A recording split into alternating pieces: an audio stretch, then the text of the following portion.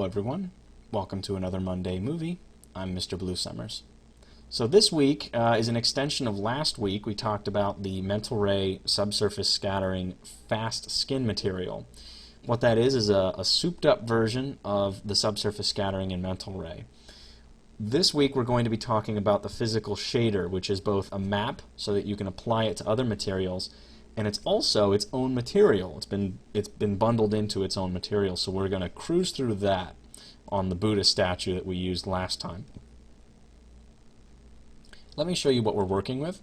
I've already taken a render. It's just illuminated in much the same way as it was last week. It's a very sharp, steep angle, and it's coming from behind, so we're going to see the light coming through the statue in the form of subsurface light scattering. Let's get started. I'm going to open up my material browser, and I've already applied this material to the statue, so I'm going to go ahead and click Ray Trace, and I'm going to select the subsurface scattering physical material. It's down here toward the bottom. I'm going to double click on it. So right out of the box, let's take a render and see what this looks like.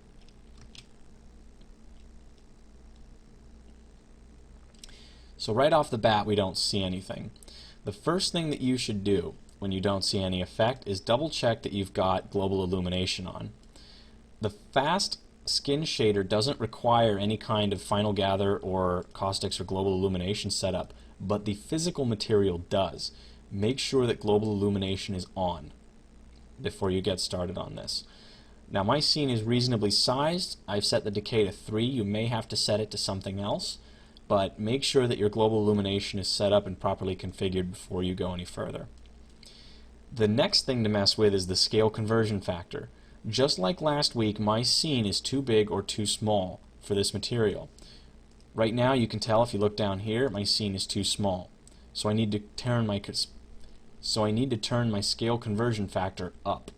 From 1.0, I'm going to make it 10 to get us started. And let's take another render and see what this looks like. Now here's the important thing to notice. When you look at this render, you can see that there's a little bit of like rainbow pattern going on here. As soon as you start to see this pattern, you know you're on the right track. So do the same thing again. I'm going to turn my scale conversion factor even higher, maybe to 65. And let's go ahead and take another render. Perfect. This is exactly what we want to see at this stage of the game. These splotches are actually photons that are getting locked into the material. And once we start seeing these, we can start manipulating them. So I want to make these splotches not as multicolored. I want them to blend together a little bit more and maybe penetrate a little bit deeper into this material before we start really tweaking the material into something that we want as our final render. So for starters, I'm going to increase the number of samples. I want 32 samples. And I'm going to increase the number of photons that we're working with to 1024.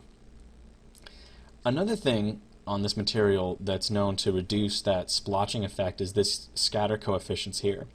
The absorption coefficient helps in the similar way to depth. It helps you push light into the object. The scatter coefficient helps to reduce the graininess. So I'm going to turn this to 0.65 all around, and let's see what this looks like with another render.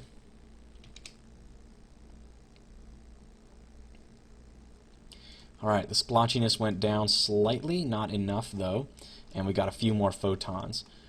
So now what we need to do is start altering the maximum radius of these photons, start getting them to blend together. So I'm going to turn it from 3 to 10. And let's take another render.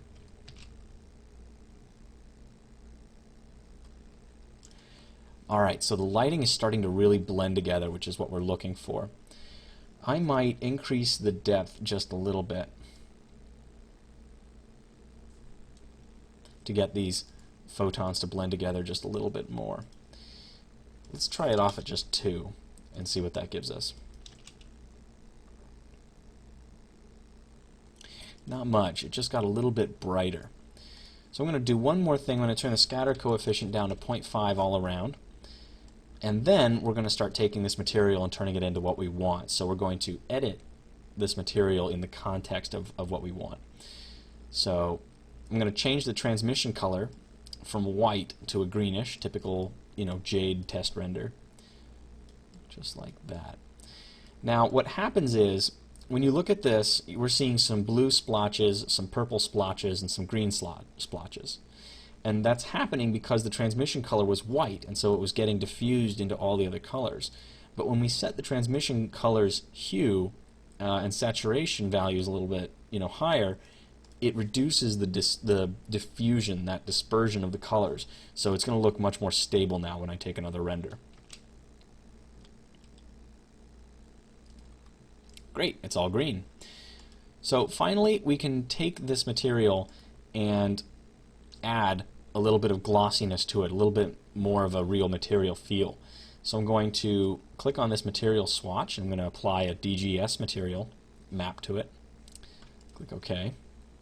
And for the diffuse color, I'm just going to pick another greenish color. Nothing too special. Click OK. And the shininess, I might turn this down to like 12 or 15.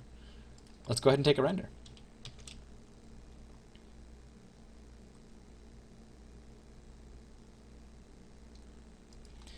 So this is looking just great. I mean, we can see the subsurface scattering up here in his hands, on his forehead, and down here on his Buddha belly. So now, once we've created this context, we can then tweak the material further, but I'm going to leave that to you. So to wrap this all together, what makes this material so powerful is your ability to control how the light penetrates this material. And the important thing to remember is you can start off just using the physical material, the subsurface scattering physical material, but don't get too engrossed in it, because in the end, a lot of the transmission artifacts that we saw earlier, that splotchiness, the inconsistency, it gets lost in the material when you create that extra map, when we put in DGS or when we put in the diffuse map. So don't get too caught up on this. Until next week, happy rendering.